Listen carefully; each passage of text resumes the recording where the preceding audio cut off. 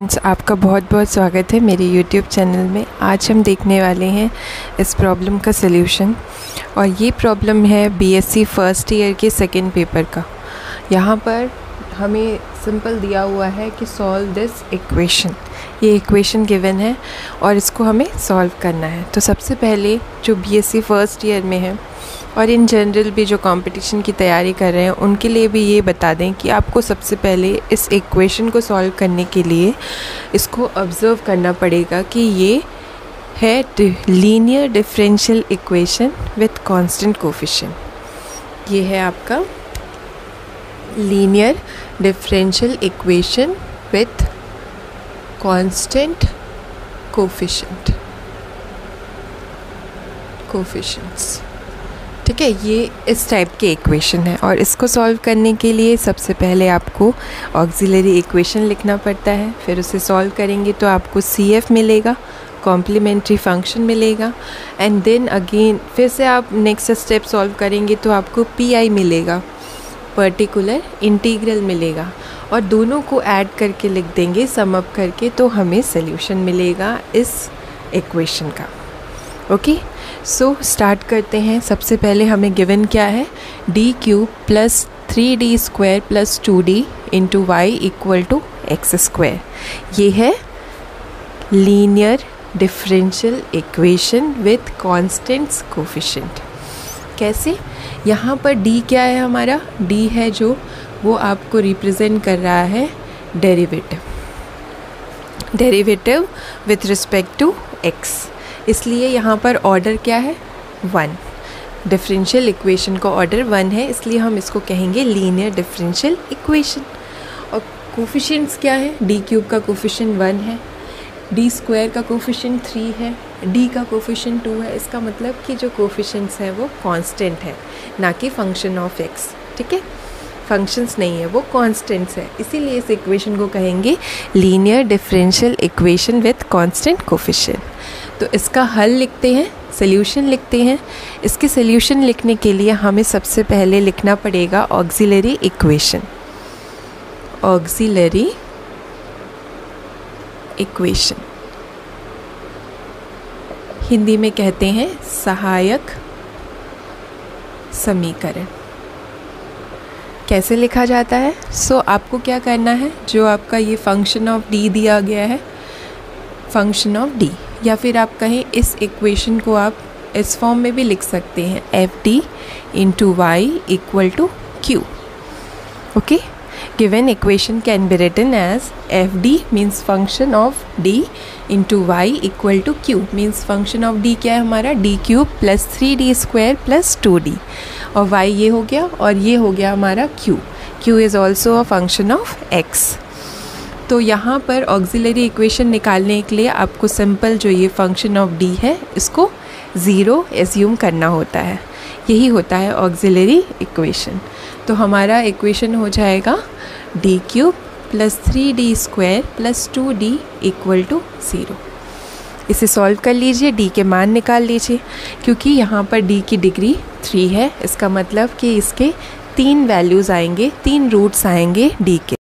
इसका सॉल्यूशन लिखना है तो हमें सबसे पहले इसमें से d को कॉमन निकाल लेना है, तो ये हो जाएगा d square plus 3d plus 2 equal to 0। अब इसको सॉल्व कर लीजिए, मिडिल टर्म स्प्लिट कर लेते हैं। 3d को लिख देंगे 2d plus d plus 2 equal to 0। इन दोनों टर्म्स में से d कॉमन आ जाएगा तो d प्लस 2 बचेगा। इन दोनों टर्म्स में से 1 कॉमन लेंगे तो d प्लस 2 बचेगा। सो हमारे पास हो जाएगा d plus 1 d plus 2 equal to 0। So d के 3 मान मिल जाएंगे, एक यहाँ से when d is equals to 0, second d plus 1 equal 0, d plus 2 equal 0। So हमें मिलता है d इक्वल टू 0 और यहाँ से आप देखिए d की वैल्यू -1 आ जाएगी और यहाँ से d की वैल्यू -2 आ जाएगी। सो d के 3 मान आ चुके हैं, तीनों ही अलग अलग हैं, 0, -1, -2। सो इसका जो CF होगा वो कैसे लिखा जाएगा, मैंने आपको फॉर्मूला बताया था CF का, आप देखिएगा, उसकी वीडियोस ऑलरेडी हैं वहाँ पर, प्लेलिस्ट में आप जाके देखिएगा। सो अगर हमारे d के मान अलग अलग हो m1 m2, तो जो CF होता है उसको लिखना होता है आपको C1 e to the power m1x plus C2 e to the power m2x। ये है इसका फॉर्मूला। सो हम लिख देंगे इसका CF C1 e to the power 0x, m1 की जगह 0 हो गया, C2 e to the power -1x, इसमें एक और है तो C3 जोड़कर एक नया कांस्टेंट C3 जोड़कर इसको भी लिखेंगे e to the power -2x। So e to the power 0 means 1 होता है, तो ये 1 हो जाएगा। सो हमारे पास ये -x और ये -2x। सो ये होता है हमारा CF for this linear differential equation with constant coefficient. ये आ चुका है CF, मतलब हाफ पार्ट इसका सॉल्यूशन का हो चुका है। अब हमें निकाल लेना है PI कैसे निकालते हैं? सो PI लिखने का फॉर्मूला है 1/FD इंटू Q, ऐसे लिखा जाता है हमेशा PI को। सो यहाँ पर हमारा FD क्या है? FD है ये function DQ plus 3D square plus 2D, and Q का वैल्यू यहाँ कितना है? x square. ये जो इक्वल के राइट साइड में है उसी को हम Q कह रहे हैं, तो ये x स्क्वायर है। अब हमारा फंक्शन अगर x to the power m इस फॉर्म में हो, हमारा Q की value x to the power m की फॉर्म में हो, तो उसके PI के लिए हमें क्या मेथड अप्लाई करना है वो मैं आपको इधर ही इसी वीडियो में बताने वाली हूँ। वही मेथड PI निकालने का आप यूज़ करेंगे अगर आपका Q की value x to the power m type की हो। ओके, सो क्या करना है? सबसे पहले हमें इसको, मतलब जो भी आपका सबसे कम डिग्री का है उसको 1 बना लेना है। 1 कैसे बनाएंगे? 2D को कॉमन निकाल कर, तो ये हो जाएगा D स्क्वायर अपॉन 2, क्योंकि यहाँ पर 2 नहीं है तो 2 का मल्टीप्लिकेशन, 2 का डिवीज़न करेंगे तब 2 कॉमन आएगा, और एक D कॉमन आ चुका है तो D स्क्वायर अपॉन 2 बचेगा। यहाँ पे भी 3/2 D, और यहाँ से ये कॉमन आ गया, सो 1। हमने कॉमन क्यों निकाला? कई लोग ये भी सोच रहे होंगे कि कॉमन निकाला ही क्यों? D कॉमन आ रहा था खाली यहाँ से, तो D ही कॉमन आ रहा था, फिर भी हमने 2 क्यों लिया साथ में? 2D क्यों कॉमन निकाला? क्योंकि यहाँ पर हम बाइनोमियल थ्योरम अप्लाई करेंगे इसको सॉल्व करने के लिए। Binomial theorem 1 plus x to the power n का एक्सपेंशन यूज़ करेंगे, इसलिए मैंने यहाँ पर 1 बनाया है। जो मेन था 2 टर्म्स वो मैंने यहाँ लिख दी हैं, 2 इक्वेशंस, और सब रब कर दिया है। अब हम इसको सॉल्व कर लेते हैं। तो यहाँ पर मैं सबसे पहले आपको बता देती हूँ बाइनोमियल थ्योरम, बाइनोमियल एक्सपेंशन वो लगाना है हमें 1 plus x to the power n का, जिसका एक्सपेंशन होता है 1 plus nx plus n-1/2 factorial x square plus so on. यही थ्योरम हमें यहाँ पर लगानी है, जिसमें ये 1 रहता है पर्टिकुलर और 1 प्लस x होता है, इसलिए मैंने इससे 2D कॉमन निकाला ताकि यहाँ पर 1 बन जाए। अब मुझे थोड़ा सा बस इसे सही लिख देना है, मतलब 1 को हम आगे ले आएंगे और 3D/2 plus D square by 2 x square. So first step PI का, जब x to the power m हो हमारा Q, तो वो होता है 1 बनाइए, कॉमन निकालना है और 1 बनाना है। यहाँ पर 1 बनाने के बाद हमें इस पूरे ब्रैकेट को ऊपर ले जाना है। सो ऊपर ले जाएंगे तो ये हमारा पावर माइनस की हो जाएगी, इसके -1 ऐसे। और अब हम अप्लाई कर देंगे बाइनोमियल थ्योरम। सो यहाँ पर आप जब इसको इससे कंपेयर करेंगे तो 1 की जगह पर 1 है, x की प्लेस पे यहाँ है 3D/2 plus D square by 2, ये हमारा x है, और n की जगह पर यहाँ -1 है। तो जब हम थ्योरम अप्लाई करेंगे तो ये आएगा 1 प्लस nx मतलब -1, और x की जगह पर 3D/2 plus D square by 2। फिर हम लिखेंगे n मतलब -1, n-1 minus of -1 by 2 factorial और 3D/2 plus D square by 2 का होल स्क्वायर, और इसके आगे भी ये टर्म चलेगी। सो मैंने डॉट डॉट डॉट रख दिया है और ये लिख दिया यहाँ पर x स्क्वायर। अब इसको सॉल्व कर लिया जाए। सो सॉल्व कर लेते हैं सबसे पहले इस ब्रैकेट्स को। सो ये होगा 1/2d, यहाँ पर 1 माइनस ये अंदर चला जाएगा, सो -3/2d माइनस 3/2d, ये भी माइनस का हो जाएगा, d²/2 प्लस यहाँ देखिए ये माइनस का 2 इससे कैंसिल होगा और ये माइनस माइनस प्लस हो जाएगा।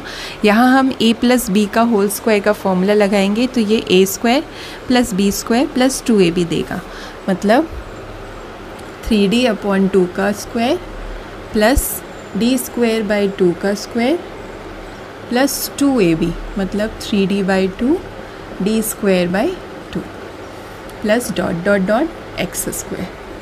ये आ गया हमारे पास। आगे हमें क्या कर लेना है, जो लाइक टर्म्स है उनको सॉल्व कर लेना है। जैसे ये d² वाली टर्म एक ये है, एक ये भी मिलेगी। सो इसका कोफिशिएंट है -1/2 और ये मिलेगा 9/4, ठीक है, -1/2 और ये 3 3 ज़ा 9/4। सॉल्व कर लेते हैं, सो ये देगा 7/4। तो यहाँ मैं लिखती हूँ प्लस 7/4d²। ये हमें d⁴ देगा, ये d⁴ देगा। सो वो मैं नहीं लिख रही हूँ क्योंकि इतना ही सफिशिएंट है। यहाँ फंक्शन हमारा x² है, उसको d करेंगे जब डिफरेंशिएट, तो ये सेकेंड टाइम में ही 2 देगा और थर्ड टाइम से ये 0 देगा, इसलिए। सो हम कर देते हैं सबसे पहले x² को अंदर मल्टीप्लाई, यहाँ पे भी x² 7/4d² x² plus so on. सो ये होता है हमारे पास x²। d का मतलब मैंने आपको स्टार्टिंग में बताया था, ये होता है derivative with respect to x। तो x के रिस्पेक्ट में इसका डिफरेंशिएशन x² का हो जाएगा 2x, और यहाँ d² है, मतलब 2 बार डिफरेंशिएट करना है x² को। तो फर्स्ट टाइम में 2x होगा और सेकेंड टाइम में 2 बचेगा। सो ये आ गया हमारे पास कितना, x² माइनस 2 से 2 कैंसिल, 3x प्लस 7/2। और आगे वाली टर्म्स लिखने की ज़रूरत भी नहीं है बिकॉज़ यहाँ इसके आगे d³ होगा और x² का जब आप 3 बार डिफ्रेंसिएशन करेंगे तो वो 0 हो जाएगा, 3 से ज़्यादा बार भी 0 रहेगा। सो ये आ गया हमारे पास। इसके आगे हमें बस थोड़ा सा और है, इंटीग्रेट कर लेना है। इंटीग्रेट क्यों कर लेना है, क्योंकि यहाँ नीचे है जो 1/d, इसको सॉल्व करना है।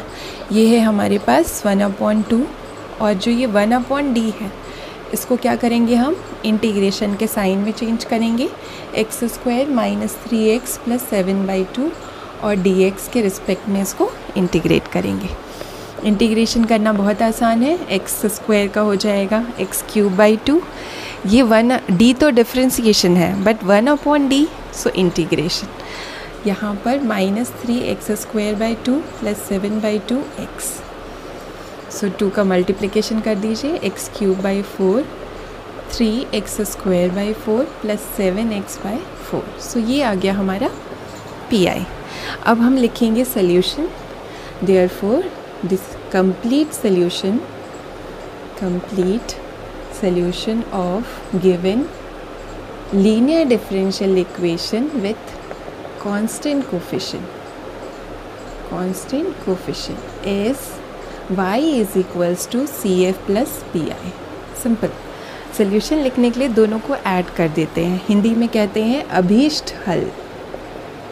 अभीष्ट हल क्या होगा समीकरण का, y is equals to CF plus PI। इनको जोड़ के लिख देते हैं। CF मैंने आपको पहले ही निकाल दिया था, C1 plus C2 e⁻⁻x, C3 e⁻⁻2x और PI लिख लेंगे x³ minus 3x² plus 7x/4।